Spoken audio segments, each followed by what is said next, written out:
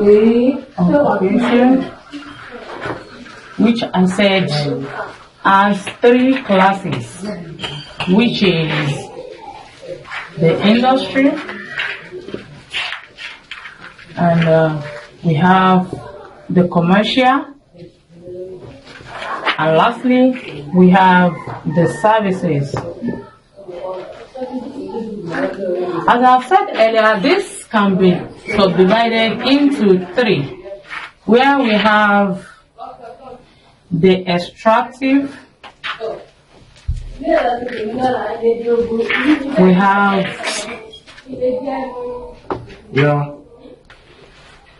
we have the extractive, and secondly we have the constructive, and lastly we have the manufacturing.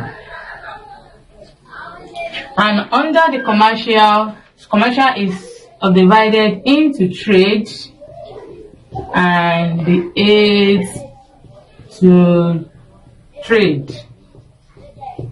The trade is also divided into 2, which is the home trade and foreign trade. And home trade also is divided into 2, which is the wholesale and resale. We have the foreign trade, which is also subdivided into imports, exports, and entry ports. We also have the aids to trade, which are numerous. We have the banking, we have insurance, we have advertising, we have communication, and we have tourism, and many more. And under the service we have direct and indirect services. So I will explain them once more. We have the industry, which are the group of firms coming together to do jobs and to earn a living. And we said industry is classified into extractive, constructive, and manufacturing. These ones are the ones that extracted raw materials right from the land, the sea, or the air. We have the constructive.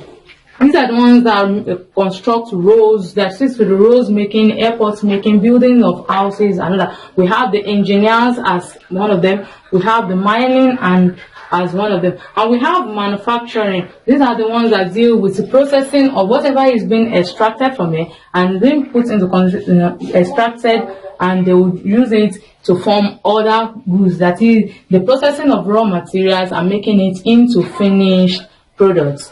And we have the commercials, which is the trade and the aids to trade. Trade is the buying and selling of goods and services.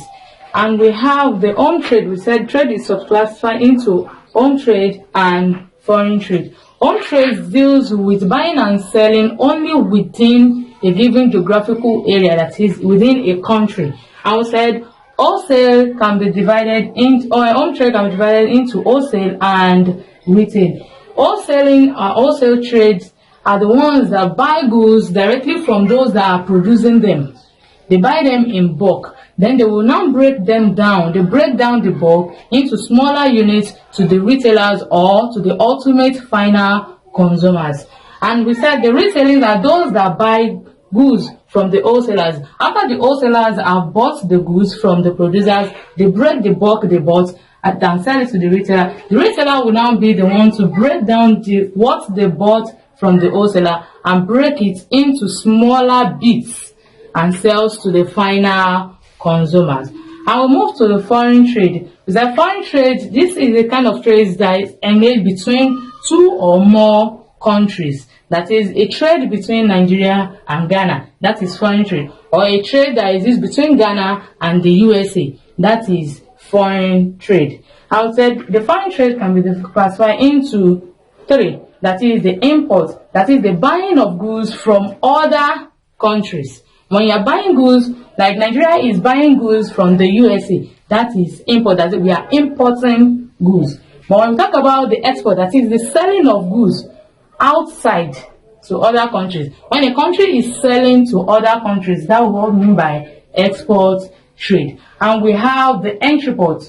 We have the export means the re-exporting of goods. That is, a goods you bought from other countries. On getting to the border of your own country, you decide to sell it out immediately without even passing through any forms of transformation. The same goods you bought, you export it back to other countries. You are selling it back to other countries. That's what we mean by the entreport. I'll move to the aids to trade. These are the ones that facilitate trade. And they are the ones that make trade to be more, to enhance trade. And they have banking. That is, whoever is selling goods and wants to engage in trade will need money, that is funds, to engage in their business, to establish their business. And banking sees to that. That's why we call it aids to trade. So banking aids trade by providing funds to the business. And we have insurance, which is the protection against risk. You as a businessman, when you are engaging in business, we have lots of business risk. Whether you are engaged in foreign trade or home trade, accidents might occur. So for you to not endanger yourself and your properties, and for your business not to sink down in the long run, you need to insure your business. So that's what we mean by pooling of risk. That is protection against risk. That is insurance. And we have advertising. That is creation of awareness of a product. And to enable users, the final consumers to be aware that a certain new product is in the market. That is what we mean by advertising. And we mean communication. That is communicating to outside worlds, whether it is oral or in written forms, to enable users or final consumers to be aware of the product. They also complement advertising. When you are giving communication, when you are communicating to other people about a product you have in town, then you have to pass through the advertising also, then you communicate it to the world that this is a new product I'm into. And we have tourism. How does tourism enhance trade? Lots of tourist centers are into the countries. A lot of people will come in from other countries or other states to visit a certain place. On getting to the certain place, whatever they have in that state or in that country they are selling, the tourists will surely patronize them. And when they are patronizing them, they are bringing in money into the country. So they are enhancing trade also. Because the economy of that country will also be growing. As lots of people are migrating into the country through tourism, then their trade will be increasing. And we have transportation also as one of the aids to trade. Transportation, that is the movement or conveying of goods and services, conveying of goods and services or people from one place to another. That is, when you are moving from one geographical area to another, that's what we mean by transportation. So through transportation, you can convey your goods or passengers from a given geographical area to the other.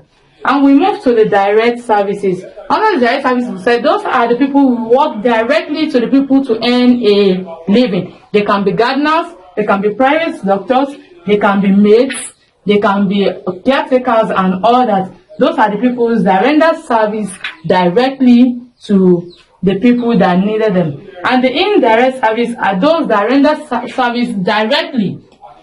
They render service to the general public. You might not know their effects because they are not rendering the service directly to you, but their service is indirectly because you are not the one paying them or giving them the reward for their labor.